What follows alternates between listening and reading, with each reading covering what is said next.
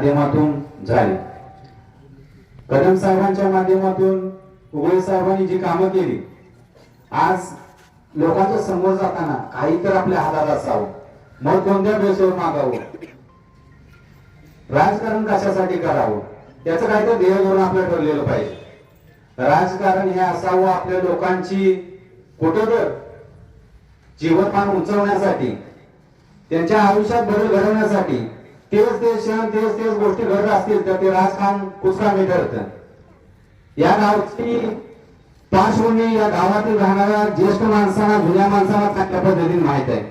बेटावचं असणारं गाव मामा, या गावाला गावाकडे यायचं म्हणलं तर वाट नाही, तिन्ही बाजूनी रस्ते नाहीत, दक्षिणेला नदी.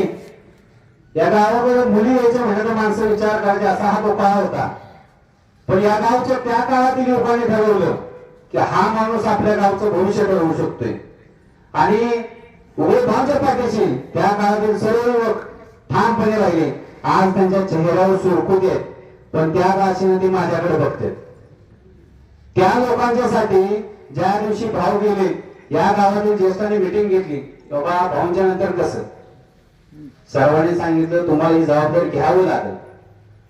या गावातील या मगाशी प्राणदायी म्हणले जसं एकमुखानं परवाच्या दिवशी माझी उमेदवारी निश्चित झाली. मला राजकारण हे फक्त आमच्या लोकांसाठी करायचं आहे, या गावातील लोकांसाठी करायचं आहे. पूर असेल, महापूर असेल, या कोरोना असेल, आणि प्रत्येक ठिकाणी लोकांच्या दारापर्यंत गेलो. कोणतीही भटकेबाजी न करता प्रत्येक आयुष्याशी जोडण्याचा आम्ही प्रयत्न केला. सर्व क्षेत्रात, शेती असेल, शिक्षण असेल, सर्व क्षेत्रात आम्ही त्या ठिकाणी लोकांच्या पर्यंत पोहोचण्याचा प्रयत्न केला. आज मला मतदान का द्या, या काँग्रेस पार्टीला मतदान का द्या, यासाठी मी तुम्हाला 2-3 गोष्टी सांगतो. कारण की या गावाला मला सांगितलं, बेटा सारखं असणारं गाव, अंगोगोर पाणी, अमनापूरचा पूल बांधला, या विकासाला जोडणारं गाव झालं. आज या गावाला रस्ता नव्हता. विश्वजित कदम साहेब आणि डॉक्टर कदम साहेब, महेंद्रप्पा यांच्या माध्यमातून आज आमच्या गावात स्टेट हायवे आहे, राज्य महामार्ग या गावातून गेला. राजकीय दूरदृष्टी जर चांगली असेल, गावातील किती बदल होतात. आज आमच्या गावामध्ये कोणता उद्योग व्यवसाय नाही असं नाही. ज्या गावाचं जर नेतृत्व चुकलं असतं तर या गावचं भविष्य अंधारात गेलं असतं. त्या काळच्या युवकांनी त्यावेळी धाडसी निर्णय घेतला, अतिशय धाडसी निर्णय घेतला. ते भाऊंच्या पाठीशी ठामपणे राहिले. तीच माणसं, त्याच घरातील नवीन पिढी सुद्धा माझ्या पाठीशी ठाम आहे.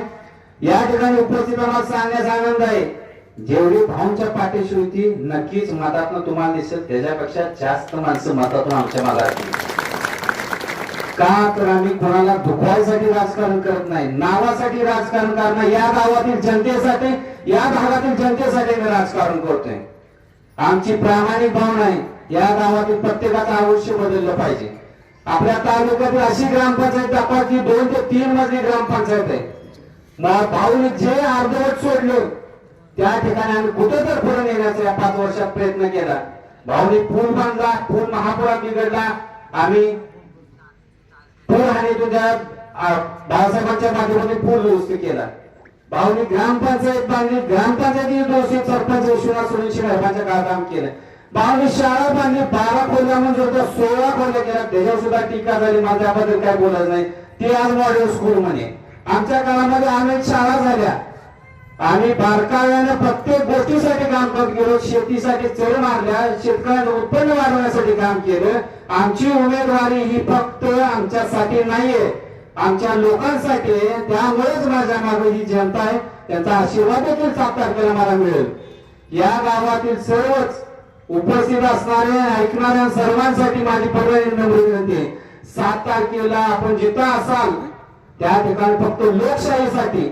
आमच्यात काही दोष असतील तर तुम्ही लोकशाही म्हणून एक खेळाडू आहे, तुम्हाला जर नसेल वाटेल की हा योग्य उमेदवार नाहीये तर तुम्ही विचार करा मतदान करताना. पण ज्यावेळी 7 तारखेला तुम्ही मतदानाला जाल, माझ्या विरोधात किंवा माझ्या प्रतिस्पर्धी जो उमेदवार आहे किंवा दर्याप्पा दादाच्या चिरंजीवांच्या विरोधाचे प्रतिस्पर्धी, डोळे मिटान त्यांची कामं बघा, आमची कामं बघा. लोकशाही ही लोकशाहीचा उत्सव आहे.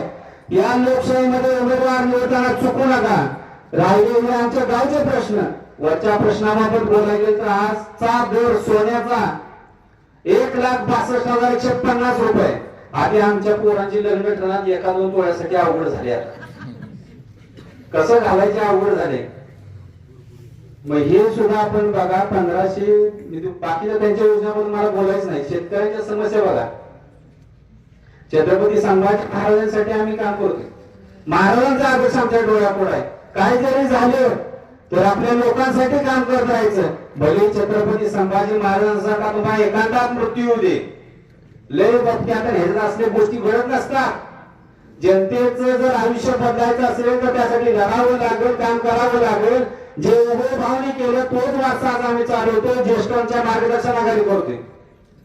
आणि आज या ठिकाणी आम्हाला त्याच जशी उभे भावना डॉक्टर पतंगराव कदम साहेबांची साथ होती, या भागातील कदम साहेबांचा हात, उजवा हात किंवा सर्व स्वधर्मंड चालेल तर बऱ्यापैकी उघडे भावच्या माध्यमातून चालायचं अशी माझ्यापर्यंत लोकांनी सांगितली गोष्टी आहेत. मामा प्रामाणिकपणा जर करायचा तर उघडे भाऊ सारखा एकनिष्ठ माणूस बरेच आहे. मी कुणावर काय शंका घेत नाही, पण मी मध्ये सुद्धा दोन वेळा सांगितलं उघडे भाऊच्या शेवटच्या सणामध्ये मी आमचे पहिलवान सरपंच त्या ठिकाणी होतो. कॅन्सर मध्ये असणारा पेशंट 2 दिवसानंतर ते स्वर्गवासी झाले, पण 2 दिवस आधी भाऊ म्हणते की मला साहेबांचं शेवटचं इलेक्शन काढायचं, माझी कामं माझा नेता करू शकतोय. असं प्रेम आता मिळणं अवघड आहे. आता मिळणं अवघड आहे. सगळ्या ठिकाणचं सगळं हल्लं, पण अमनापूरची जनता आणि आमच्यासारखा युग विश्वजित कदम साहेबांच्या मागे राहण्याचं एकमेव कारण की आम्ही भाऊंचा वारसा चालवतो. उघडे भाऊंचा वारसा चालवणं एवढं सोपं नाही. आज आमच्या बाबतीत कुठलीही गोष्ट एकदा बोलताना 10 वेळा माणसाने विचार करावी. मागे आमच्या गावातील उमेदवार होते, पण या गावच्या विचारधारेवर माणसांनी मतदान केलं आणि बोर्लीची शेत निवडून आली. या गावामध्ये वैचारिक माणसांची कमी नाही. आणि ज्या पद्धतीचं काम उघडे भाऊंनी केलं ह्या 5-7 वर्षामध्ये कुठं तर पावलं टाकण्याची सुरुवात मी केलेली आहे. आपणा सर्वांचे आशीर्वाद. आता आम्ही बुरुंगवाडीमध्ये गेलो, दरपदारांनी एक उपकेंद्र बांधलेलं आहे त्यांच्या जिल्हा परिषद काळामध्ये. अशी कामं करणारी माणसं आपल्याला जिल्हा परिषद पाठवली पाहिजे. महानगरपालिकेचा निकाल लागून काय झालं, हा शहरी मतदार काय, शहरी मतदाराला शेतीच्या प्रश्नाशी काही घेणं नाही. त्यांना शेती असली काय नसली काय हा प्रश्न महत्वाचा. आजची इलेक्शन ही पंचायत समिती जिल्हा परिषदचे ज्या ठिकाणी शेतकऱ्यांशी निगडीत प्रश्न आहेत आणि हे सोडवण्यासाठी जर आपल्याला जर त्या ठिकाणी आपला कामाचा माणूस जर नाही पाठवला तर त्या ठिकाणी कुठंतरी या भागाचं नुकसान मोठ्या प्रमाणात होईल. त्यामुळे आम्हाला ठाम विश्वास आहे कृष्णाचा भाग कदम साहेबांचा काँग्रेसच्या विचारधारेचा आहे. आणि नक्कीच 7 तारखेला मला गुलाबी मतपत्रिका आहे, पंचायत समितीसाठी उमेदवार 1 नंबरचं चिन्ह आहे हाताचं.